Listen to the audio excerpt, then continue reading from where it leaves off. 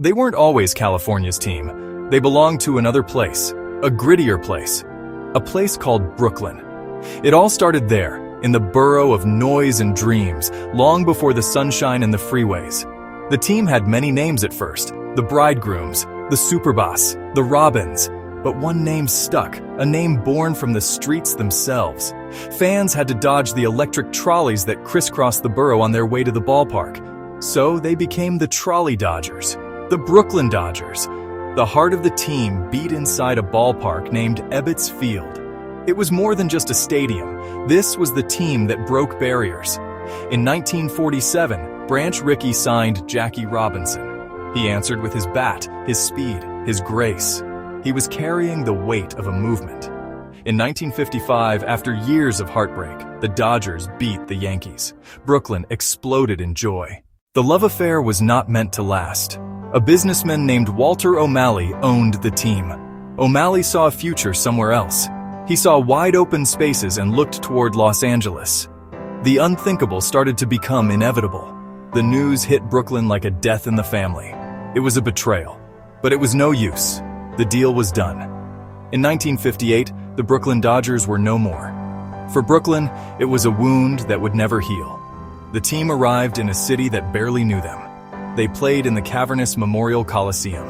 And in 1962, they finally moved into their new home, Dodger Stadium.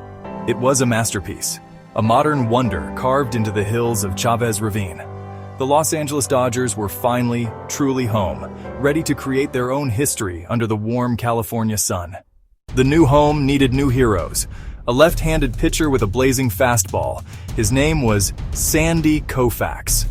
For a few short years, he was untouchable, the most dominant pitcher the game had ever seen. He was paired with Don Drysdale, a tall, intimidating right-hander. Together, Koufax and Drysdale were a force of nature. They made the Dodgers champions. There was Steve Garvey, the Iron Man at first base, Ron Cey, Davey Lopes, and Bill Russell, the longest-running infield in baseball history. Then came Fernando Valenzuela. In 1981, Fernandomania swept across Los Angeles. He connected the team to the city's massive Latino community in a way no one ever had before. The 1988 World Series. Kirk Gibson was badly injured. In the bottom of the ninth, he limped to the plate, wincing in pain. Then, on a 3-2 count, he swung. He connected. The ball soared into the right field bleachers. The impossible had happened. It was pure movie magic. The voice of the team was Vin Scully. For 67 years, he wasn't just a broadcaster. He was a poet, a storyteller. He taught generations of Angelinos the game of baseball. His voice was the sound of summer. You could hear it on car radios stuck in traffic on the 110 freeway.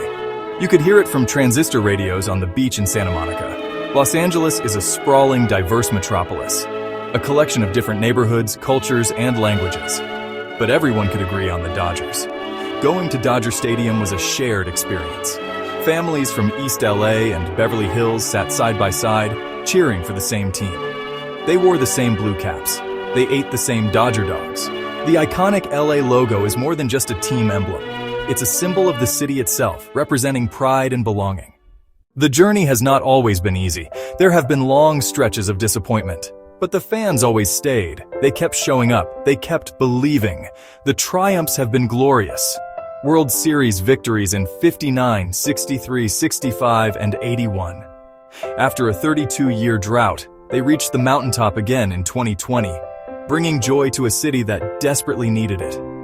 From the crowded streets of Brooklyn to the sun-drenched hills of Los Angeles, the Dodgers have crafted one of the most compelling stories in American sports. It's the story of Jackie Robinson breaking the color barrier. It's the story of Kirk Gibson's impossible home run. They are a thread that connects generations. A grandfather who remembers Ebbets Field sharing his love with his granddaughter who only knows Dodger Stadium. They are a constant, a familiar comfort.